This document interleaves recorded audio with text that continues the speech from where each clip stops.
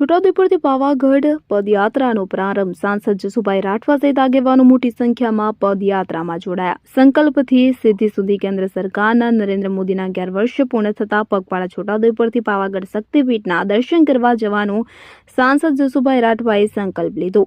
વિકસિત ભારતના અમૃતકાળ સેવા અને સુશાસનના સંકલ્પથી સિદ્ધિ સુધીની સફરમાં દેશના વડાપ્રધાન નરેન્દ્રભાઈ મોદીની સરકારના 11 વર્ષ પૂર્ણ થવા જઈ રહ્યા છે, ત્યારે તેમની ખુશીમાં છોટાઉદેપુર લોકસભા વિસ્તારના તમામ કાર્યકર્તાઓ, ભારતીય જનતા પાર્ટીના કાર્યકર્તાઓ, મતદારો અને પ્રજાને છોટાઉદેપુરથી પાવાગઢ પદયાત્રામાં જોડાવવા સાંસદ જસુભાઈ રાઠવા દ્વારા પ્રજાને અપીલ કરવામાં આવી. જે પદયાત્રા આજરોજ સાંસદ જસુભાઈ રાઠવાના નિવાસ સ્થાનેથી નીકળી. વિકસિત ભારતના અમૃતકાળ સેવા અને સુશાસન સંકલ્પથી સિદ્ધિ સુધીની નરેન્દ્રભાઈ મોદીના સરકારના 11 વર્ષ પૂર્ણ થવા જઈ રહ્યા છે, ત્યારે દેશના વડાપ્રધાન નરેન્દ્રભાઈ મોદીનું આયુષ્ય વધે, માતાજી અને પ્રભુ તેમના કામ કરવાની શક્તિ આપે અને મોટા છોટાઉદેપુર સાંસદ કાર્યાલયથી આજ રોજ એટલે કે તારીખ 18/6/2025 રોજ સાંજે 5 કલાકે પદયાત્રા નીકળી. આ યાત્રા 19/6/2025 રોજ જંડ હનુમાન ખાતે પહોંચશે. ત્યારબાદ મંદિરેથી સાંજે 4 વાગે યાત્રા નીકળી પાવાગઢ પ્રયાણ કરશે. 20 તારીખે સવારે આ યાત્રા પાવાગઢ મંદિરે પહોંચશે. સવારે 9 વાગે માતાજીની દર્શન પૂજા તેમજ વિધિ કરવામાં આવશે. નરેન્દ્રભાઈ મોદી સાહેબના સુશાસનના પ્રજાલક્ષી અને વિકાસલક્ષી કામો કર્યા છે તેને બિરદાવશે. ઇમરાન મિર્ઝા, છોટાઉદેપુર. નમસ્કાર.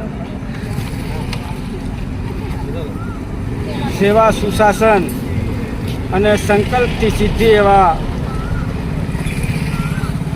આ વિશ્વગુરુ તરફ ભારત બનવા જઈ રહ્યું છે, ત્યારે અમૃતકાળની અંદર આ દેશના યશસ્વી વડાપ્રધાન આદરણીય નરેન્દ્રભાઈ મોદી સાહેબના શાસનના 11 વર્ષ પૂર્ણ થયા અને એમણે અનેક જનહિત કલ્યાણકારી યોજનાઓ બનાવીને છેવાડાના માનવીની સેવા કરી અને આ વિકસિત ભારતની જે સંકલ્પના છે તેને પૂર્ણ કરવા તરફ જઈ રહ્યા છે. ત્યારે આજે છોટાઉદેપુર જિલ્લાના અને છોટાઉદેપુર લોકસભાના કાર્યકર્તાઓ અને અમે બધા લોકો સાથે મળી અને 2 દિવસની પદયાત્રા ગોઠવી છે. અને પ્રથમ દિવસ અમારો જંડ હનુમાન મંદિરે જશે અને દાદાના દર્શન કરશે.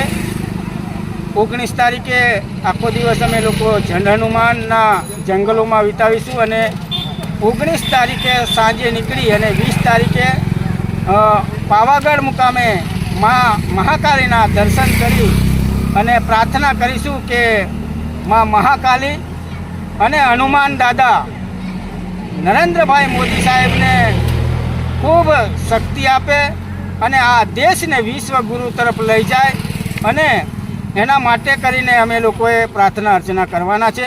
ત્યારે આજે મારી સાથે અસંખ્ય કાર્યકર્તાઓ જોડાયા છે. સૌને હું ખૂબ ખૂબ શુભેચ્છા પાઠવું છું અને સાથે સાથે તમામ જિલ્લાવાસીઓને, તમામ લોકસભા મત વિસ્તારમાં આવતા નાગરિકોને, મતદાર ભાઈઓને અને દેશવાસીઓને અપીલ પણ કરું છું કે આપ પણ નરેન્દ્રભાઈ મોદી સાહેબ જે હરિયાળું ભારત જોવા માગે છે એમ આપણે પણ એક પેડ માં કે નામ વાવીને, વૃક્ષ વાવીને આપણે સૌને આ ભારતને હરિયાળું બનાવીએ એવી શુભેચ્છા. વંદે માતરમ. ભારત માતા કી.